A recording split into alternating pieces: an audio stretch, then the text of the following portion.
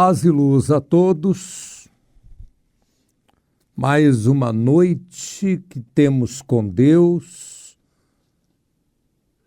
mais um alimento espiritual profundo,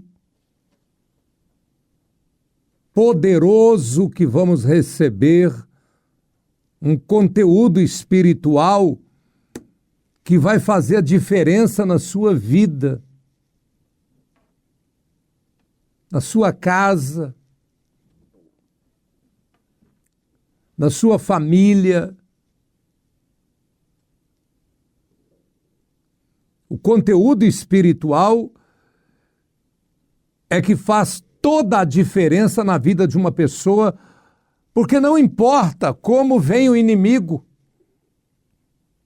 não importa como você vai enfrentar os desafios, quem está do outro lado, se é o gigante ou outra pessoa, ou algum obstáculo, ou alguma muralha, importa a força que está do seu lado. Por isso que Paulo disse, se Deus é por nós, quem será contra nós? Né? Então vamos à primeira mensagem.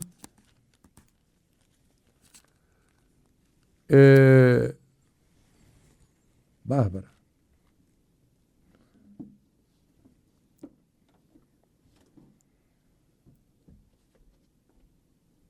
Acho que vai melhorar o som agora. Vê, puxa.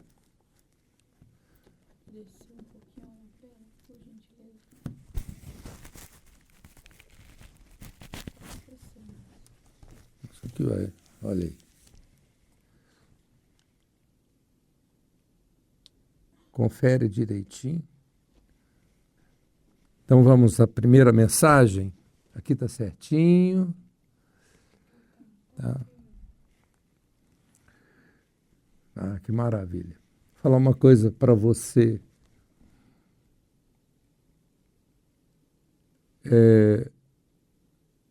Uma das maiores provas da presença do Espírito de Deus na vida de uma pessoa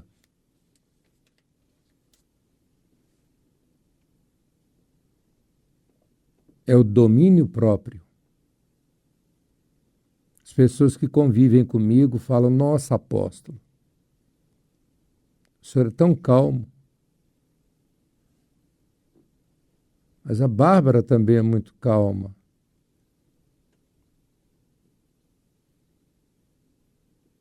E ela tem muita paciência comigo. Ela é muito boa para mim. E eu correspondo e tenho paciência com ela. E é muito bom levar a vida assim.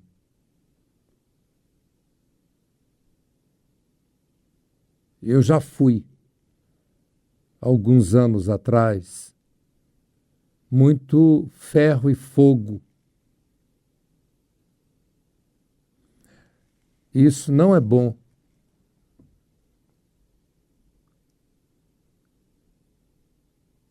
As pessoas precisam agir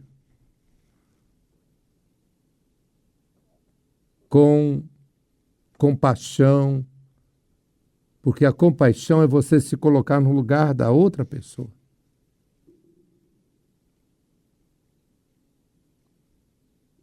E você tem que ter compaixão de você também. Quando você errar, não ficar cobrando de você. Ah, meu Deus, eu errei, eu não podia ter feito isso.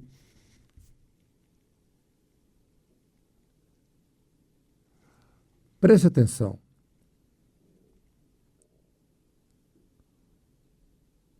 Você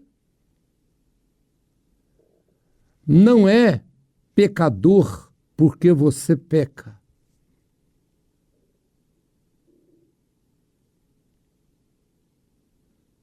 Você peca porque você nasceu pecador.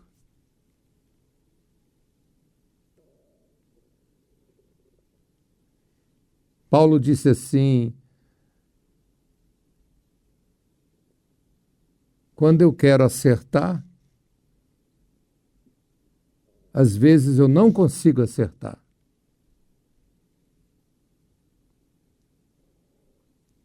Porque nós somos assim.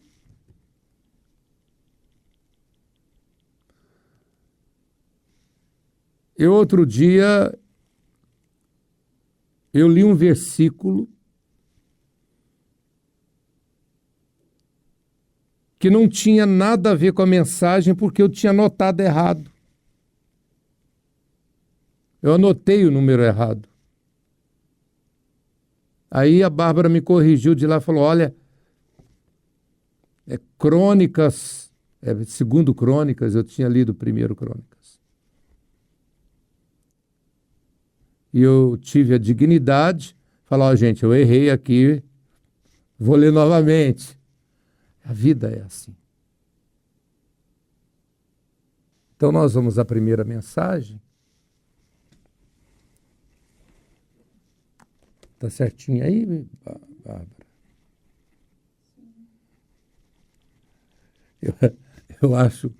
Eu acho estranho chamar a bispa Bárbara, a madrinha Bárbara das crianças de Bárbara, porque eu trato ela como Babi. Né?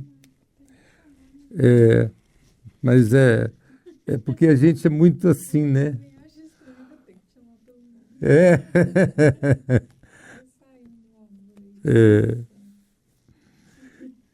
Mas é muito bom, né? Eu vou falar a você hoje sobre Ana, uma grande mulher. Uma grande mulher. Uma mulher de Deus.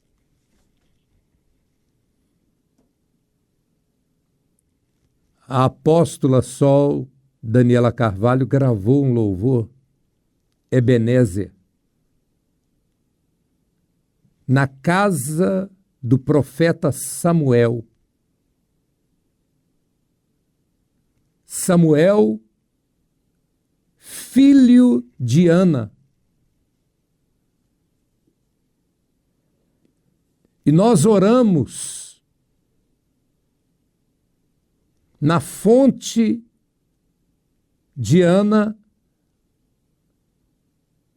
onde Ana chorava porque era estéril e não podia gerar filhos para o seu marido Eucana. Numa época em que o homem poderia ter quantas mulheres ele desse conta de manter, ela era humilhada dentro de sua própria casa por uma outra mulher que ele arrumou e deu filhos para ele. Essa outra mulher chamava Penina.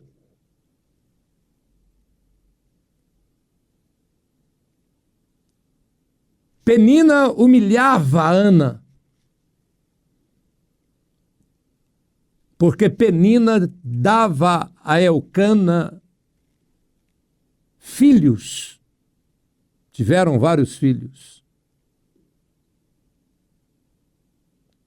E Ana era vista como uma mulher amaldiçoada, porque o ventre dela era fechado e ela era estéril, não conseguia conceber. Uma vez por ano, o povo de Deus subia ao monte para sacrificar ao Deus Todo-Poderoso, celebrar a vida,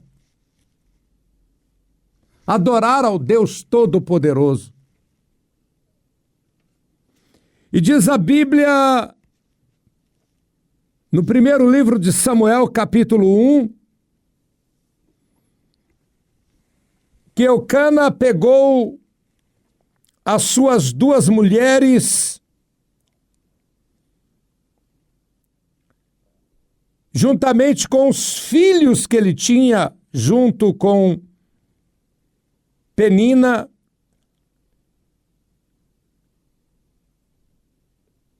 e subiu ao monte para sacrificar. E eu quero mostrar para você aqui a ciência do sacrifício, a inteligência do sacrifício.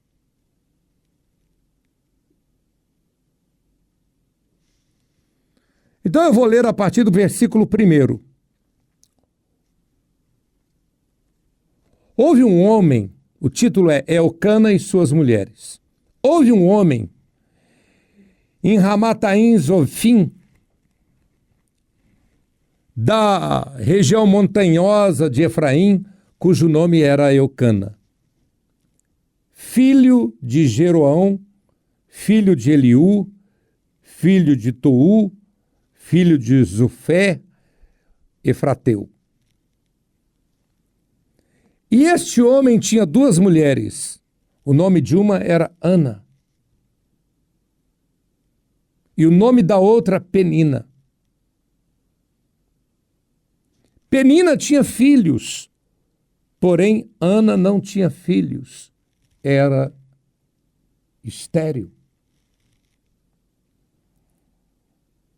Sabia, pois, este homem da sua cidade, corrigindo, subia, pois, este homem da sua cidade, todos os anos ele subia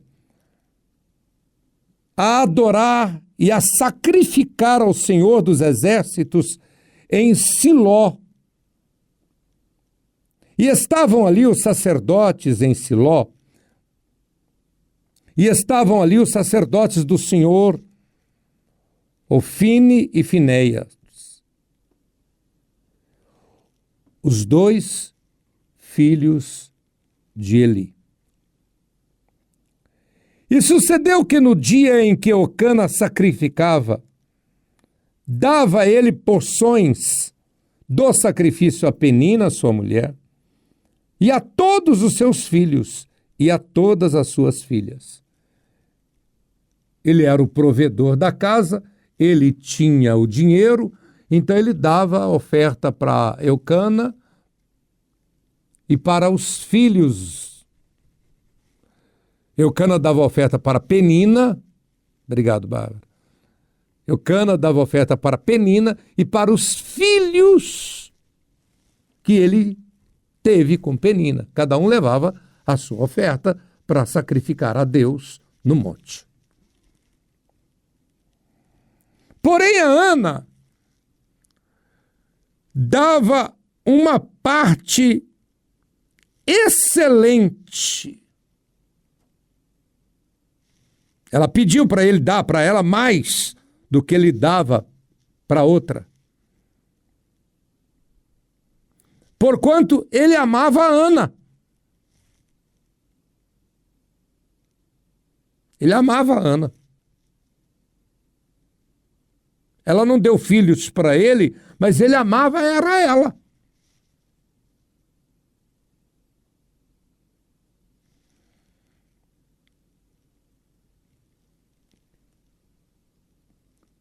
Porém, o Senhor lhe tinha cerrado a madre.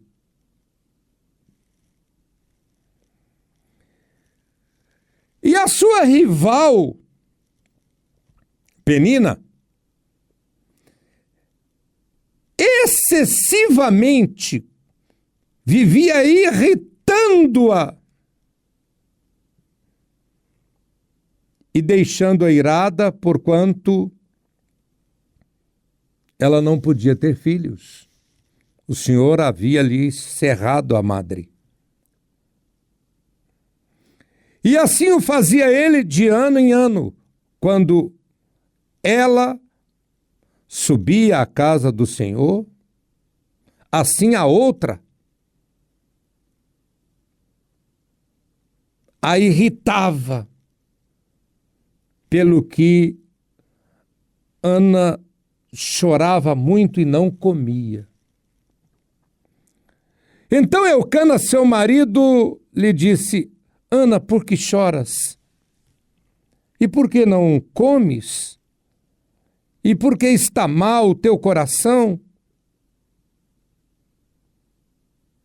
Por acaso eu não sou melhor do que 10 filhos? Olha a situação que ele vivia ao ver a mulher que ele amava chorando, humilhada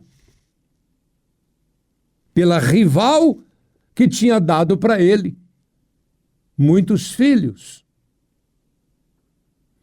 Ora, se a rival tinha dado muitos filhos e cada filho demora pelo menos 9 meses, então foram anos de sofrimento. Eu creio que foram 7 anos de sofrimento. Porque eu acredito muito no setênio, no ciclo dos 7. Prosseguindo. Versículo 9. A história é muito interessante. Ana, humilhada, subindo ao monte para sacrificar a Deus, junto com o marido que a amava, mas do outro lado estava outra mulher que ela era obrigada a tolerar, porque tinha dado filhos para ele e os filhos dela e dele juntos. Olha que situação humilhante para ela. Então Ana se levantou depois que comeram e beberam em Siló, e Eli, o sacerdote, estava sentado numa cadeira junto a um pilar do templo do Senhor. Ela, pois, com a alma amargurada, orou ao Senhor e chorou abundantemente. E fez um voto dizendo: Senhor dos exércitos, se benignamente atentares para a aflição da tua serva, e de mim te lembrares, e da tua serva te não esqueceres, mas a tua serva deres um filho varão ao Senhor, eu o darei por todos os dias de sua vida, e sobre a sua cabeça não passará navalha. Ou seja, meu filho será um nazireu.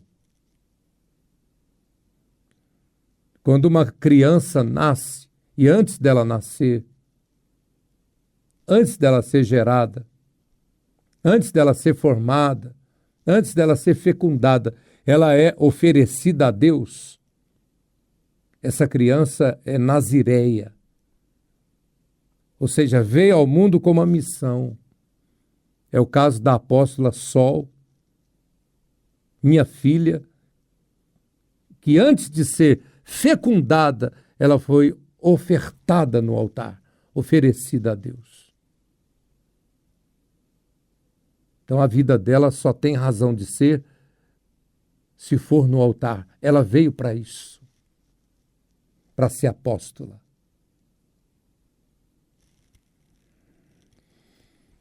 E sucedeu que, perseverando ela em orar perante o Senhor, ele prestou atenção à sua boca, porquanto Ana falava no seu coração e só se movia os seus lábios, porém não se ouvia a sua voz, pelo que Eli a teve por embriagada. Ainda foi julgada ainda pelo sacerdote, julgada mal. E disse-lhe Eli: até quando estarás tu embriagada? Aparta de ti o teu vinho. Porém Ana respondeu e disse ao sacerdote: não, senhor meu, eu sou uma mulher humilhada, atribulada de espírito. Não bebi vinho, nem bebida forte tenho bebido, porém tenho derramado a minha alma perante o Senhor. Não tenhas, pois, a tua serva por filha de Belial. Belial é Satanás. Porque da multidão dos meus cuidados e do desgosto tenho falado até agora. Então respondeu Eli e disse: vá em paz, e o Deus de Israel te conceda a tua petição que lhe pediste. E disse ela: ache a tua serva graça em teus olhos. Assim a mulher se foi seu caminho e comeu, e o seu semblante já não era triste. E levantaram-se de madrugada e adoraram perante o Senhor. Eles oravam de madrugada. Eu presto atenção em cada revelação da Bíblia. Pastores passam por cima, interessa só pregar salvação e pronto, e o assunto que interessa. Mas cada palavra na Bíblia tem uma revelação. Então eles levantaram de madrugada, eles ofertaram, deram oferta de sacrifício. Ana deu o dobro. Há uma tradução que diz que Ana deu o dobro da oferta que Penina havia dado. Versículo 19. Depois que ela adorou a Deus, ofertou, eles levantaram de madrugada e adoraram perante o Senhor e voltaram. E depois que voltaram, vieram para a casa que eles moravam, em Ramá. Elcana conheceu a Ana, sua mulher. E o Senhor se lembrou dela. Naquela noite ela se engravidou. Que coisa linda. Naquela noite Deus tirou Ana da humilhação. E o filho que dela nasceu foi o profeta Samuel, que consagrou Davi para ser rei em Israel. Eu profetizo a chegada da tua resposta, da tua bênção na tua vida. Em nome de Jesus. Oremos. Senhor Deus, nosso Pai Todo-Poderoso, assim como o Senhor operou milagre na vida de Ana, vem, meu Deus, olhar para a humilhação desta mulher, para a humilhação deste homem que tem um problema de saúde, que tem um problema de impotência sexual, frigidez ou esterilidade. Esta pessoa que tem um problema na vida sentimental, no casamento, na família. Meu Deus, que o arcanjo Miguel, enviado pelo Senhor, possa agir com força para derrubar todo inimigo com sua espada de fogo, pelo nome de Jesus, o nome que está sobre todo nome, o nosso único e suficiente Salvador. Amém. Amém.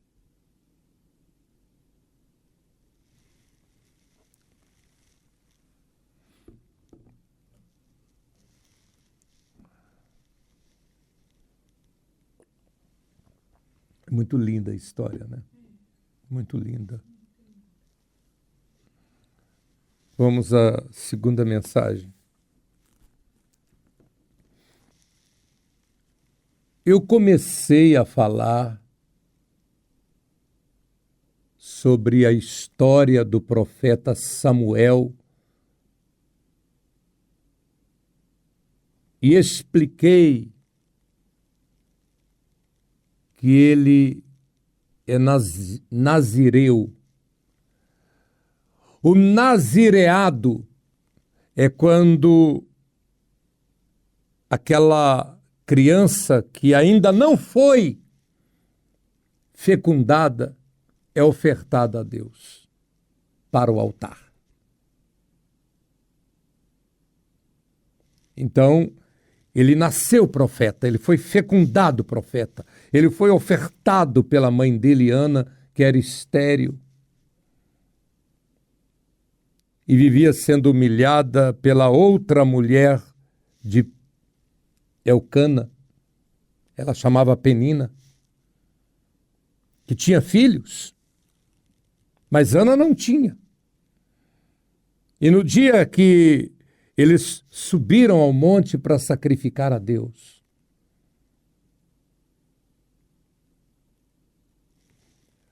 a Bíblia diz que Elcana pegou valores em dinheiro e deu para Penina e seus filhos. E Ana pediu para ele que desse para ela o dobro, para que ela pudesse ofertar o dobro, para chamar a atenção de Deus. Ela estava em jejum, ela ofertou o dobro, e ela não podia nem orar em voz alta, porque a outra, a rival, estava do outro lado. Ela estava de um lado o marido no meio, e a outra mulher do outro lado com os filhos. E ela orava mexendo a boca, apenas em pensamento. Porque até para orar ela não podia. Viveu durante 7 anos debaixo de humilhação. E ainda assim, quando ela foi apresentar a oferta de sacrifício a Deus, o sacerdote achou que ela estava embriagada, porque ela estava tão humilhada. Ela era uma mulher tão ferida, tão machucada, tão humilhada, que ela chorava,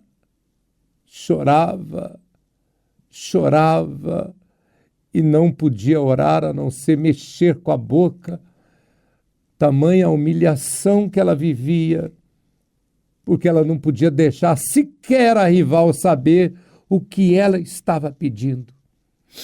E ela estava pedindo um filho.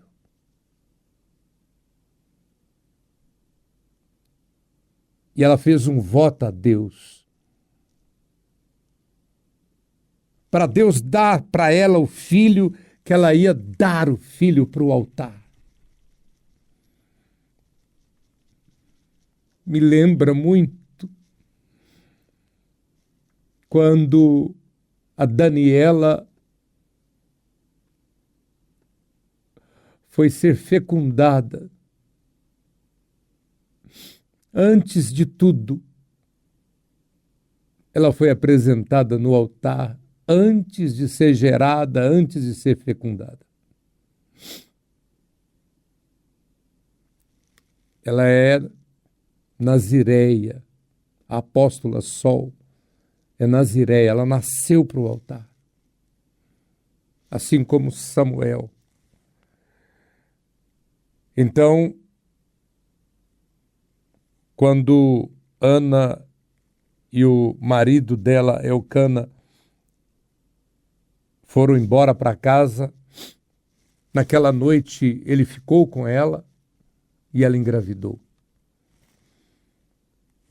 E em 1 Samuel capítulo 1, versículo 20, narra o nascimento de Samuel. O filho que Deus deu para ela não era nada mais nem nada menos do que o profeta Samuel. O profeta que iria ungir os reis de Israel. O profeta que sabia chamar o arcanjo Miguel para matar seus inimigos. É impressionante como Samuel, ele teve um ministério, todo ele marcado por vitórias, por entender a função do arcanjo Miguel na ação violenta de Miguel contra os nossos inimigos. Samuel conhecia os mistérios do reino dos céus, os enigmas de Deus. Ele sabia desvendar os enigmas de Israel, E por isso que Samuel era vitorioso. Mas veja o nascimento dele, o que aconteceu. 1 Samuel 1:20. E sucedeu que, passado algum tempo, Ana concebeu e teve um filho e chamou o seu nome Samuel. Porque dizia ela: o tenho pedido ao Senhor. E subiu aquele homem, Eucana, com toda a sua casa, a sacrificar ao Senhor o sacrifício anual e cumprir o seu voto. Observe que, quando você lê a Bíblia, você encontra o reino dos céus, encontra a igreja, o santuário dentro da Bíblia. Por quê? Porque tudo que nós fazemos no santuário, na casa de Deus, nós fazemos copiando a receita da Bíblia.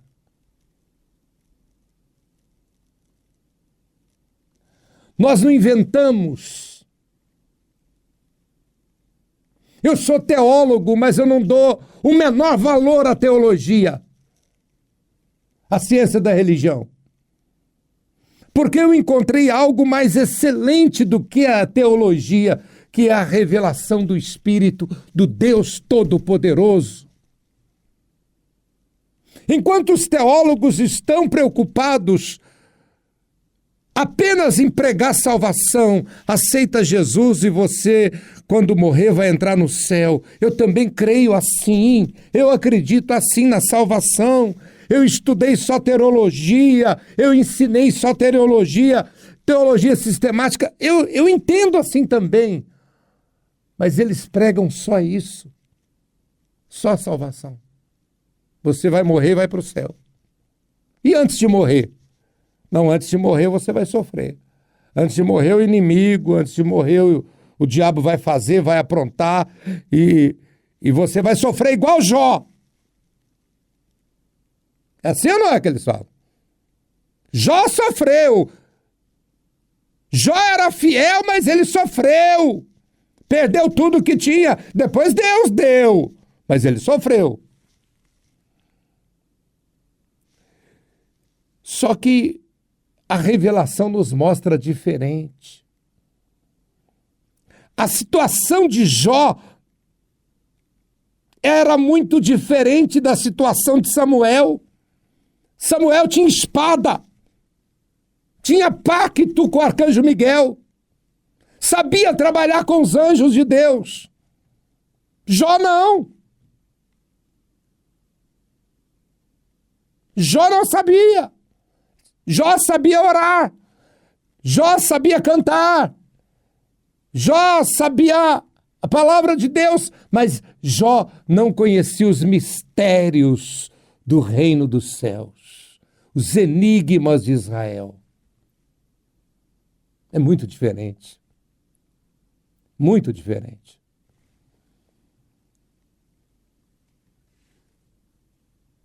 Primeiro Samuel 1:21. E subiu aquele homem, Eucana, com toda a sua casa, a sacrificar ao Senhor o sacrifício anual e a cumprir o seu voto. Versículo 22. Porém, Ana não subiu, mas disse a seu marido: quando o menino for desmamado, então o levarei para que apareça perante o Senhor e fique lá para sempre. Ou seja, quando desmamar a criança, eu vou subir e vou entregar meu filho para ficar para sempre no altar, para ser um sacerdote, um profeta, para servir a Deus. Porque quem nasceu para servir a Deus, quem nasceu para ser do altar, estou falando com você. Estou falando com você. Você nasceu para ser do altar. Você nunca será feliz fora do altar. Não que eu deseje isso, não, mas foi assim comigo.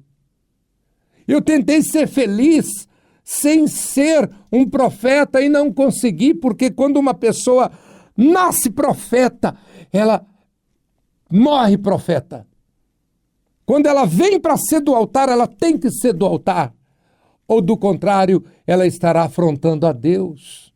Ministério não é profissão. Ministério não é você que escolhe. Ministério é Deus que escolhe a gente. É muito diferente. Vamos prosseguir. E Elcana, seu marido, agora eu vou ler o 1 Samuel 1, 23. E Elcana, seu marido, lhe disse: faze o que bem te parecer a teus olhos. Fica até que o desmames. Tão somente confirme o Senhor a sua palavra. Assim ficou a mulher e deu leite a seu filho até que o desmamou. Ou seja, Elcana tinha medo de Deus, tinha temor de Deus. Ele falou: olha, faz aquilo que você fez o voto. Cumpra o teu voto para com Deus. Você fez o voto de entregar o filho para Deus, entregue. O marido dela não se opôs.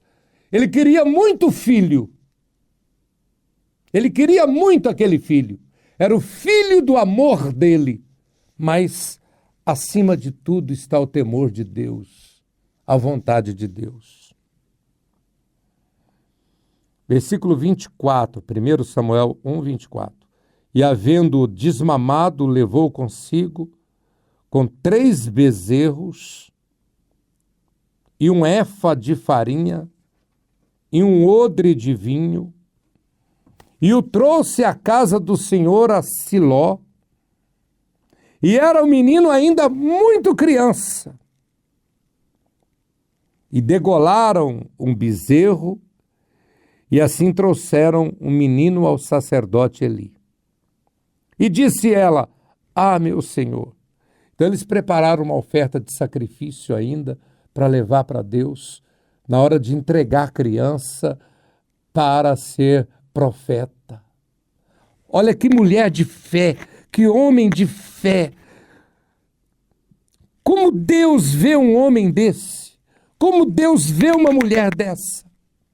Olha que presente Deus deu para ele. Um profeta. Um profeta que não era nada mais e nada menos do que o profeta Samuel. Que iria ungir os reis de Israel. Ora, acima do rei é só Deus. E o profeta é o representante de Deus. É o que fala por Deus.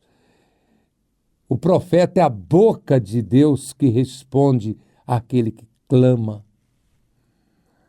Lamentavelmente, muitas igrejas desprezam os profetas de Deus, não valorizam os profetas de Deus, porque são religiões de homens e não uma revelação do céu. A igreja é uma revelação do céu. A obra é revelada para homens e mulheres que têm o Espírito do Deus Todo-Poderoso. Jesus disse assim: graças te dou, ó Pai, porque ocultastes estas coisas aos sábios e entendidos e as revelaste aos simples de coração.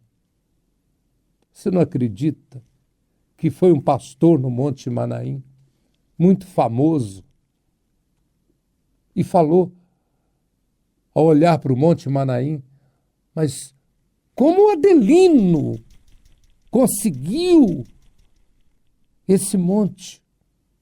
Como esse monte glorioso foi parar logo na mão do Adelino? É tipo assim, puxa vida, o Adelino é o menor na casa do pai, o mais insignificante.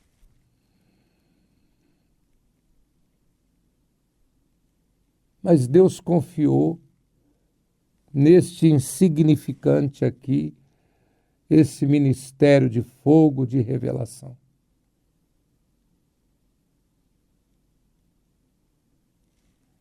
Se eu fosse escolher alguém melhor do que eu, teria muita gente para entregar a responsabilidade do Monte Manaim, entregaria até na mão dele. Mas não fui eu que escolhi. Foi Deus. E a medida de Deus é diferente da medida do homem. O homem olha a aparência, Deus olha o coração.